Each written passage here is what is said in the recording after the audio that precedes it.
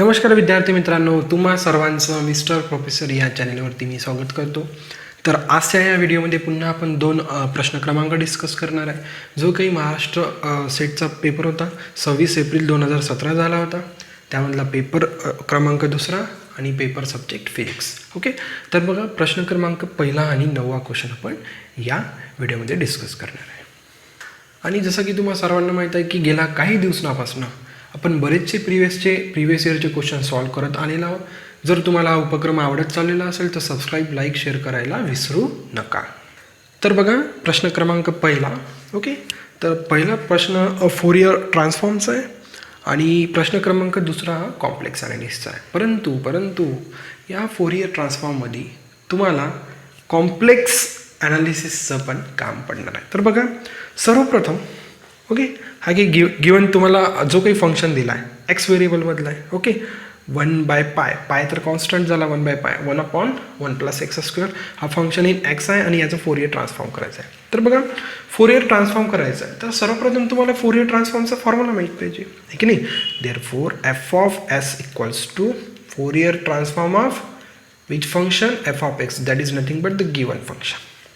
तर बघा त्याचा फॉर्म्युला आहे 1/√2π integral -∞ to +∞ to f(x) e⁻i kx into dx.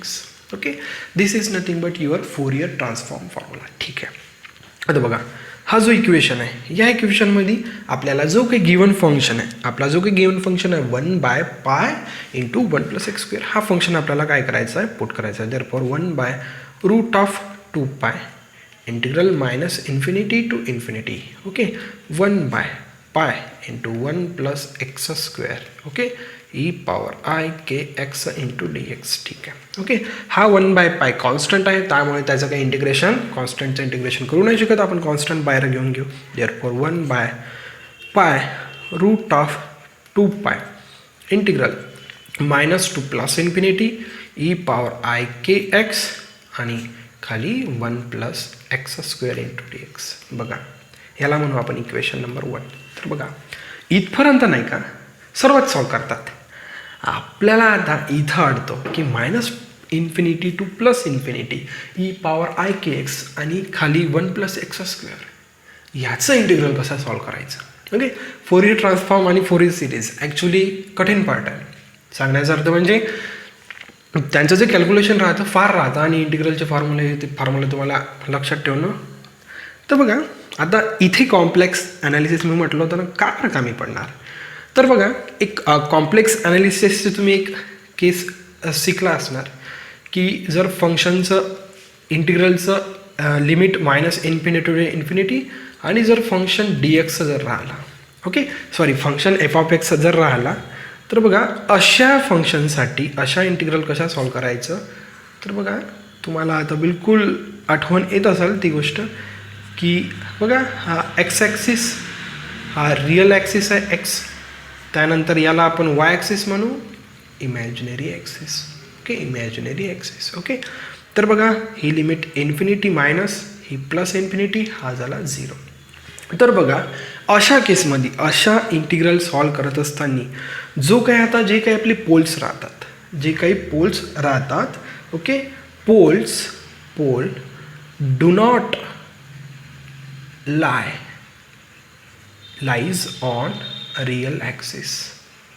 जे रिअल ॲक्सिसवर पोल लाय करायला नाही पाहिजे जर तुम्हाला अशा प्रकारचे जर इंटिग्रल सॉल्व करायचे असेल आणि याचा फॉर्म्युला यूज करायचा असेल. तर बघा पोल कशा प्रकारचे चालते, z = 0, z = +a, z = -a, हे पोल्स चालणार का, नाही चालणार. का बरं नाही चालणार, कारण की z = 0 इथे आला, -∞ म्हणजे रिअल ॲक्सिसवर आला, z = 0 कशावर, रिअल ॲक्सिसवर. आणि या मेथडसाठी जे काही पोल्स आहे ते रिअल ॲक्सिसवर नाही पाहिजे. कोणत्या ॲक्सिसवर म्हणजे इमॅजिनरी ॲक्सिसवर.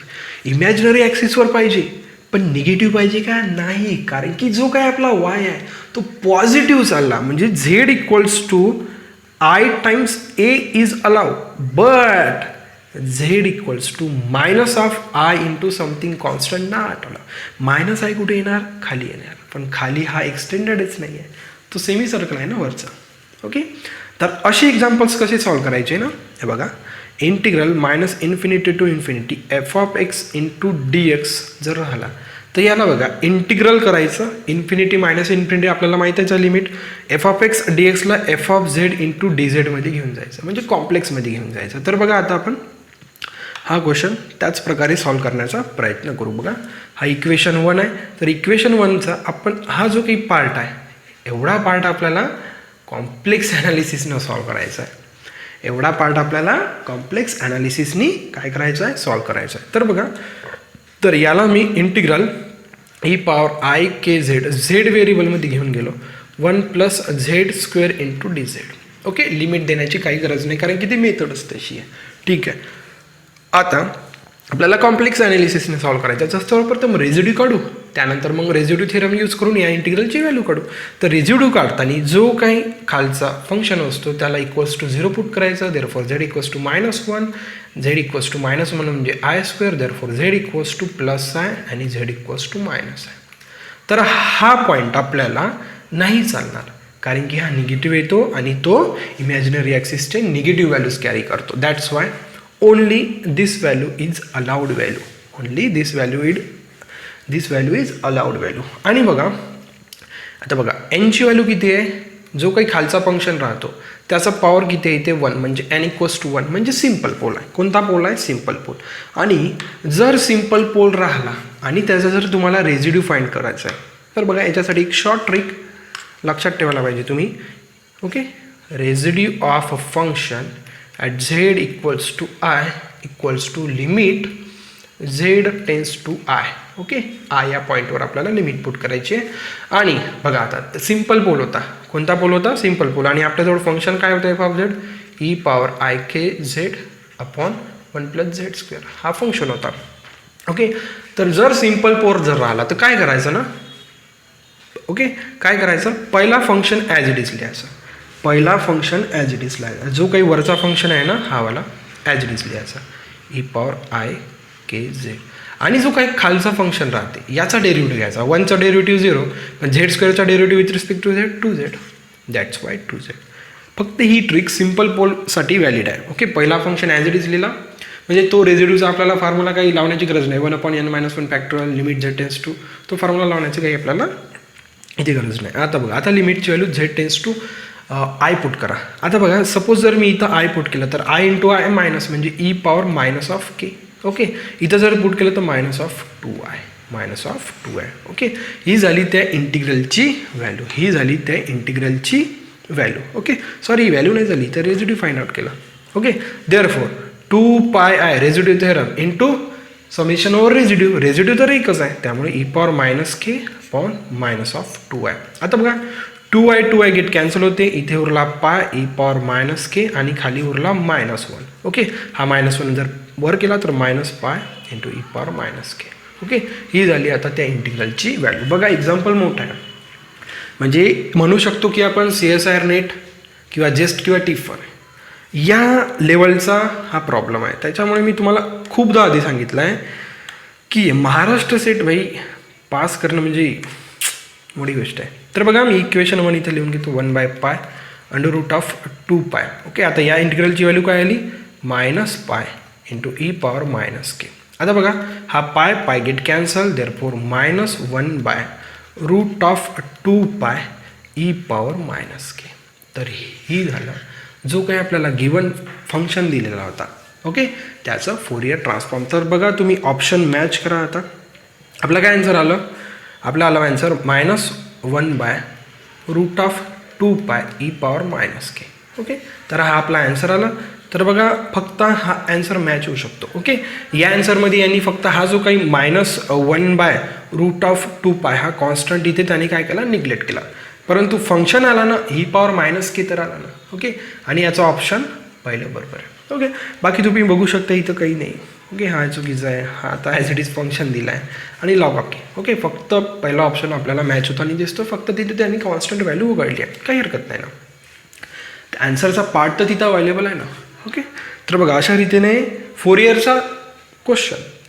पण ॲन्सर काढण्यासाठी कशाची मदत घेतली आपण, कॉम्प्लेक्स ॲनालिसिसची. बेटा 5 मार्काचा क्वेश्चन होता. जसं आपण बघतो म्हटलं तर हा 5 मार्काचा क्वेश्चन होता. तर बघा 9वा क्वेश्चन. हा क्वेश्चन अतिशय इझी आहे, एकदम इझी आहे, कॉम्प्लेक्स ॲनालिसिसचाच आहे, त्यामुळे कोणी पण सॉल्व करू शकतो. बघा residue of integral over C dz upon z minus z0 into whole square. बघा त्यांनी काय म्हटलं आहे ते लक्ष द्या. हा क्वेश्चन इझी असला तरी तुम्ही कुठं चुकता बघा. त्यांनी काय म्हटलं की residue of this integral. Okay, या इंटिग्रलचा जो काही फंक्शन आहे त्याचा तुम्हाला रेझिड्यू काढायचा आहे, तुम्हाला इंटिग्रल सॉल्व नाही करायचं आहे. बरेच लोक काय करतात, बस पाहतच नाही तिकडं, integral over Z where C is any simple close contour सुरू होऊन जातात. ते काय करतात, रेझिड्यू काढतात, नंतर रेझिड्यू थिअरम अप्लाय करतात, 2π इंटू समेशन ऑफ रेझिड्यूज, मग त्यांचा आन्सरच येत नाही. असं होते. म्हणून क्वेश्चन तुम्हाला काळजीपूर्वक वाचणे अतिशय महत्त्वाचं आहे. आलं लक्षात तुम्हाला? तर बघा हा तुमचा इंटिग्रल दिला आहे, आपल्याला इंटिग्रल फाइंड आउट नाही करायचा आहे. इंटिग्रलमध्ये जो काही f(z) फंक्शन दिला आहे, काय फंक्शन दिलेलं आहे, अशा केसमध्ये सर्वप्रथम फंक्शन करून घ्यायचा z minus z0 into whole square. हा झाला तुमचा इंटिग्रलचा फंक्शन. या फंक्शनचा रेझिड्यू काढायचा आहे भाई, तुम्हाला इंटिग्रल सॉल्व करत बसायचं नाही. ओके, आणि बघा तुम्हाला काउंटर दिला आहे where C is any simple close contour enclosing z0. ठीक आहे, म्हणजे जो काही काउंटर दिला आहे ना, तो काउंटर त्या z0ला एनक्लोज केलेला आहे, म्हणजे तो पॉईंट काउंटरच्या आत आहे. ओके, एनक्लोज केला आहे म्हणजे that point z equals to z0 is inside that contour. बघा ही गोष्ट लक्षात ठेवा, इथं पण कन्फ्युजन आहे. भले हा क्वेश्चन सोपा राहिला पण कन्फ्युजन बघा. ओके, आता बघा दिला आहे तुम्हाला, काउंटर दिला आहे की जो काही z0 पॉईंट आहे तो इनसाइड दॅट काउंटर आहे. आता बघा, आता तुम्हाला काय करायचं आहे, सर्वप्रथम डिनॉमिनेटर इक्वल्स टू 0 पुट करायचा आहे. ओके, टेकिंग स्क्वेअर रूट घ्या, z minus z0 equals to 0 झाला, therefore z equals to z0. आणि हा जो z0 पॉईंट आहे तो काउंटरच्या इन्क्लुजिंग आहे, म्हणून हा आपण याचा रेझिड्यू फाइंड आउट करू शकतो. आता तुम्हाला लावायचा आहे रेझिड्यूचा फॉर्म्युला. आणि बघा इथं pole of order n equals to 2 आहे, कारण की डिनॉमिनेटरमध्ये जो फंक्शन आहे त्याचा स्क्वेअर 2 आहे, देअरफॉर n इक्वल्स टू 2 आपण पहिले लिहून घेतलं. आता आपल्याला फॉर्म्युला यूज करायचा आहे की residue of a function z equals to z0 is equals to 1 upon, सर्वप्रथम फॉर्म्युला लिहून घ्या, 1 upon n-1 factorial limit of z tends to z0.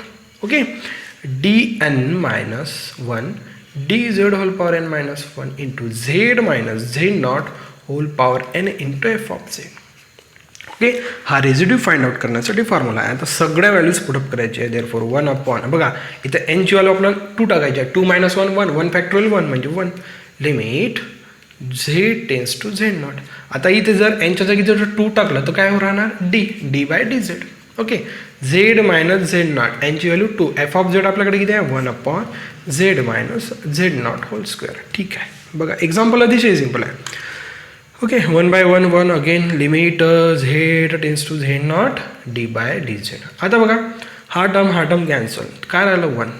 ओहो, therefore derivative of any constant 0, derivative of any constant 0 and 0 into something again 0. That's why the residue is 0. Residue is 0. तर तुम्ही बघू शकता की चौथ्या नंबरचा ऑप्शन. ठीक आहे, हा होता 2 मार्काचा क्वेश्चन. 2 मार्काचा क्वेश्चन होता, फक्त यांनी म्हणजे एक कन्फ्युजन अराईज केलं होतं, ते जर स्किप केलं तर हा एकदम इझी क्वेश्चन होता. ओके, तर बघा तुम्हाला जर आपला हा उपक्रम आवडत चालला असेल तर सबस्क्राईब, लाईक, शेअर करायला विसरू नका. So thank you for watching. See in the next video.